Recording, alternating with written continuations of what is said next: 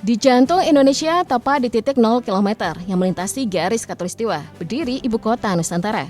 Lokasi ini bukan sekedar simbol geografis, tapi pusat kendali strategis yang memungkinkan pengawasan lebih efektif atas seluruh wilayah Nusantara, dari Sabang hingga Merauke. Tidak hanya menjadi pusat pemerintahan, Nusantara juga dirancang sebagai titik vital yang harus dijaga dan pengamanan ketat. Pembangunannya terus dikebut. Jalan-jalan utama siap dibuka, kantor-kantor pemerintahan mulai beroperasi, dan berbagai fasilitas penting telah dipersiapkan. Ini bukan sekedar pemindahan pusat administrasi semata, melainkan langkah besar menuju transformasi nasional. Nusantara bukan hanya soal memindahkan gedung-gedung pemerintahan, tetapi juga mempertegas arah baru Indonesia di masa depan. Lalu apakah ini sekedar langkah administratif, ataukah Nusantara disiapkan sebagai bagian dari strategi pertahanan jangka panjang? Mungkinkah Indonesia tengah bersiap untuk melompat lebih tinggi dari negara berkembang menjadi kekuatan regional, bahkan superpower?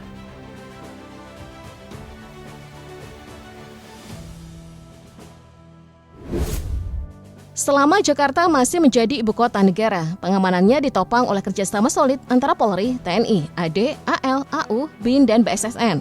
Setiap institusi memiliki peran masing-masing yang saling melengkapi untuk menjaga stabilitas dan keamanan pusat pemerintahan ini. Polda Metro Jaya mengemban tugas pengamanan utama sehari-hari, sementara Kodam Jaya, TNI AD, siap turun dalam kondisi darurat seperti demonstrasi besar. Pendekatan yang digunakan adalah humanis tanpa senjata api. Di sisi laut, TNI AL melalui Lantamal 3 mengawasi pelabuhan dan perairan utara Jakarta. Sedangkan di udara, TNI AU yang beroperasi dari Lanut Halim Perdana Kusuma siap melakukan intersepsi jika ada ancaman udara. BSSN bertanggung jawab menjaga keamanan cyber, melindungi sistem elektronik vital dari serangan digital. Sementara itu, BIN fokus pada pemantauan intelijen terhadap potensi ancaman strategis di wilayah ibu kota. Seluruh koordinasi ini dirangkum dalam Forum Koordinasi Pimpinan Daerah Forkopimda yang mempertemukan TNI, Polri, intelijen, dan pemerintah daerah untuk memastikan respon cepat terhadap setiap potensi ancaman.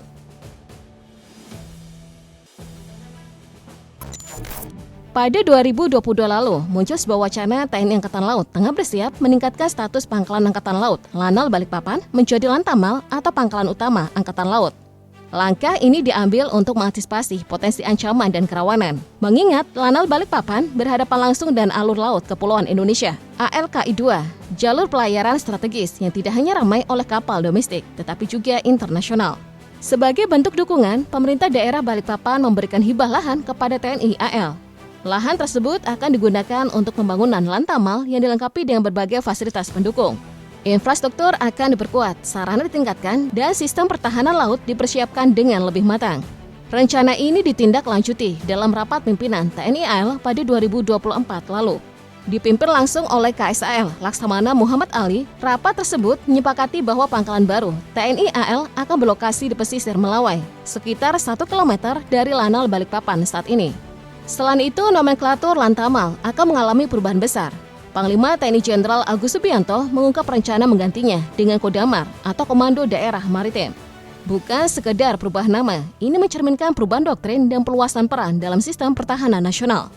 Nantinya 8 pangkalan akan ditingkatkan menjadi Kodamar A dan 6 lainnya menjadi Kodamar B. TNI Angkatan Udara tidak hanya sekedar pindah ke ibu kota Nusantara, tetapi juga merencanakan pembangunan pangkalan udara berkelas VVIP di pusat pemerintahan baru tersebut. Lokasinya dirancang menjadi gerbang udara utama bagi kepala negara dan tokoh penting dari seluruh dunia. Tidak tanggung-tanggung, TNI AU menargetkan pangkalan udara di IKN mencapai standar Lanut kelas A. Menurut Marsikal Pertama TNI R. Agung Sasongko Jati yang pernah menjabat sebagai Kepala Dinas Penerangan TNI AU, rencana ini bukan sekedar wacana. TNI AU telah mempersiapkan langkah-langkah teknis dan melibatkan lintas kementerian. Mengingat IKN akan menjadi simpul penting antara kepentingan sipil dan militer. Selain itu, TNI AU juga merencanakan penataan kembali kekuatan udaranya.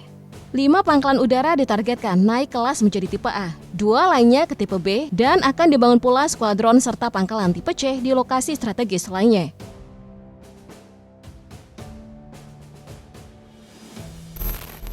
Pemerintah juga sedang merumuskan konsep pertahanan baru yang lebih menyeluruh. Deputi 4 Bidang Koordinasi Pertahanan Negara di Kemenko Polhukam, Laksda TNI Kisdiyanto, mengungkapkan bahwa pemindahan ibu kota akan membawa perubahan besar pada peta pertahanan nasional. IKN tidak sekedar menjadi pusat pemerintahan, melainkan pusat gravitasi negara. Jika wilayah ini terganggu, stabilitas negara bisa terancam. Oleh karena itu, Indonesia merancang sistem pertahanan berbasis smart defense. Konsep ini menggabungkan pertahanan militer dan non-militer yang diperkuat teknologi modern dan strategi pencegahan aktif. Pendekatan ini mengusung konsep Anti-Access Area Denial (I2AD), bertujuan mencegah akses musuh ke wilayah strategis tanpa izin. Lebih dari itu, sistem keamanan di IKN akan didukung teknologi kecerdasan buatan yang terhubung dalam jaringan terpadu bernama One Signal Network. Jaringan ini memungkinkan pemantauan ancaman secara real-time dan respon cepat terhadap potensi serangan.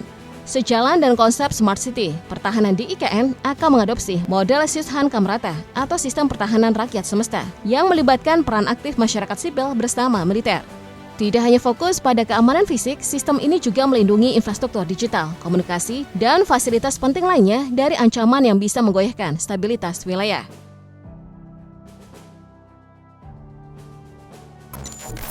Di wilayah Asia Tenggara dan sekitarnya, sejumlah negara memiliki pangkalan militer strategis yang diperkuat oleh infrastruktur modern.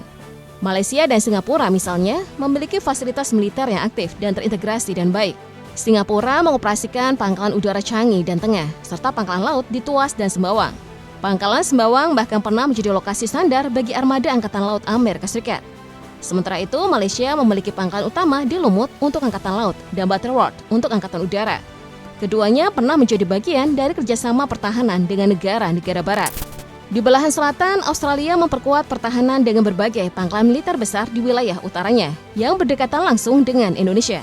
Salah satunya adalah pangkalan Darwin, yang beberapa tahun terakhir menjadi lokasi latihan bersama antara Australia dan Amerika Serikat. Keberadaan pangkalan ini memungkinkan Australia merespons situasi di kawasan Asia Tenggara dengan cepat dan efektif. Amerika Serikat sendiri menempatkan kekuatan militernya di beberapa lokasi strategis di Pasifik, seperti Guam dan Diego Garcia di Samudra Hindia. Pangkalan-pangkalan ini memungkinkan Amerika Serikat untuk memperluas proyeksi militernya hingga ke Asia Tenggara dalam waktu singkat. Selain itu, hubungan pertahanan dengan Filipina juga diperkuat, termasuk akses terbatas ke fasilitas militer di Subic dan Clark. Di sisi lain, China terus memperluas pengaruhnya di Laut China Selatan. Negeri tirai bambu tersebut mengembangkan pangkalan militer di pulau-pulau buatan seperti Fiery Cross Reef dan Mischief Reef. Walaupun tidak secara langsung berada di wilayah Indonesia, lokasi pangkalan-pangkalan tersebut cukup dekat dengan zona ekonomi eksklusif ZEE di Natuna, yang seringkali memicu kekhawatiran akan potensi konflik di perairan tersebut.